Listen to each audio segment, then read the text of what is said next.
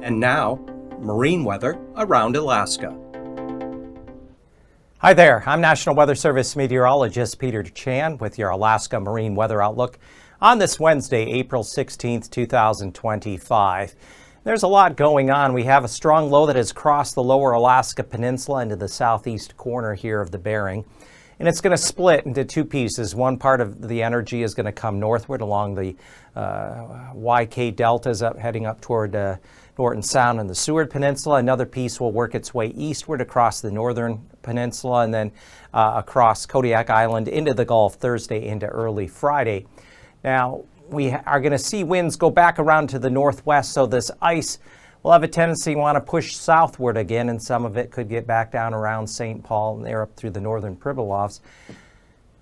Otherwise, where we are at the season, there certainly has been some melting, and there are polynyas opening up along areas of the west coast and Norton Sound and along the south side of St. Lawrence Island, and we only expect that trend to continue here as we go through the end of the month and into early May. Looking at the low situation late tonight into early on Thursday morning, low will be approaching Cape Newingham around 4 a.m. and then continuing to lift northward during the day. This frontal system out into the Gulf will continue to press eastward a bit, and then we have the occluded front working further northward into the interior. There will be gusty winds accompanying this front, especially up through the Alaska Range, high wind warnings. And gusty winds continue along areas of the Gulf Coast, though not quite as strong as what they were for the day on Wednesday. And also the Aleutians will finally see the wet snow letting up and the brisk north-northwest winds as well that were gusting to storm force at times with this system. For Thursday afternoon, then we still have the front just kind of into the northeastern Gulf Coast and try to spread some precipitation at least into the northern half of the panhandle into Thursday afternoon and maybe along the outer coastal areas. But mildest temperatures Wednesday and Thursday will be the southern part of the panhandle. But the low pressure, one piece lives north here out along the west coast. The other is going to pivot through the northern part of the Alaska Peninsula Thursday afternoon, so that by the time we get into Friday, this weakening area of low pressure will be out over the northern half of the Gulf. And with it, still areas of rain at the coast and some wet snow along especially the middle and higher elevations of the coastal mountains. And still lingering areas of snow or rain and snow showers in the interior. Thursday, though, the main thing is that as that moisture lifts northward along the Arctic coast, Thursday morning through Friday evening, we expect light snowfall, maybe 1 to as much as 2 or 3 inches, but it's going to be the encountering of these strong polar easterly winds that will cause blizzard or near blizzard conditions from Thursday morning through Friday evening along the Arctic coast from areas like Point Hope all the way through Utqiagvik to Kaktovik.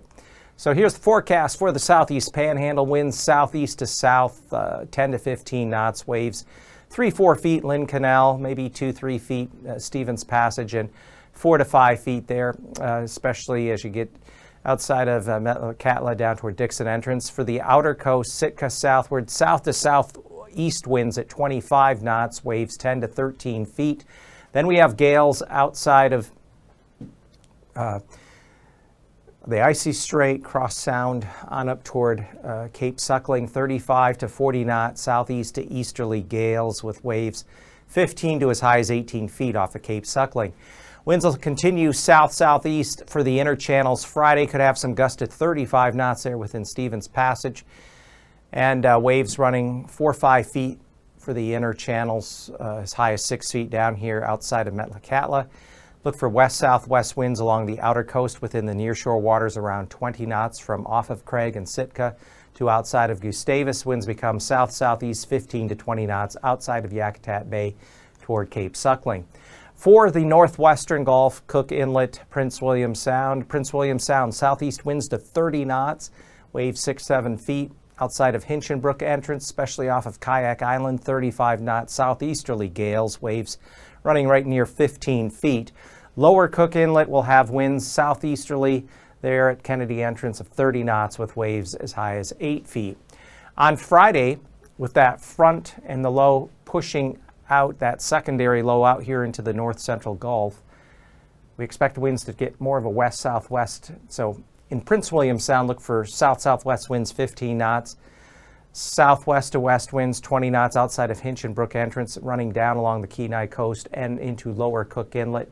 We expect southwest to west winds at 25 knots, waves 6 to 7 feet.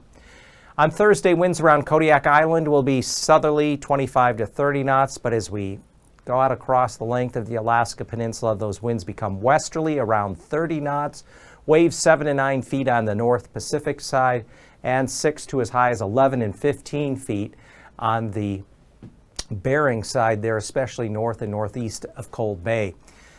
Winds will come down further Friday. We're looking at west-southwest winds 25 to 30 knots, strongest through Shelikof Strait around Kodiak Island on Friday, but trailing out along the Alaska Peninsula. Winds are going to become southwesterly and come down to about 15 knots. The eastern Aleutians, also winds coming down for Thursday. Look for west-southwest winds over the eastern Aleutians at 30 to 25 knots as we get past and around Atka through Adak. Southerly winds at 25 to 30 knots, extending outward even past Kiska. And then for Friday, southwest winds over the eastern Aleutians at 15 to 20 knots.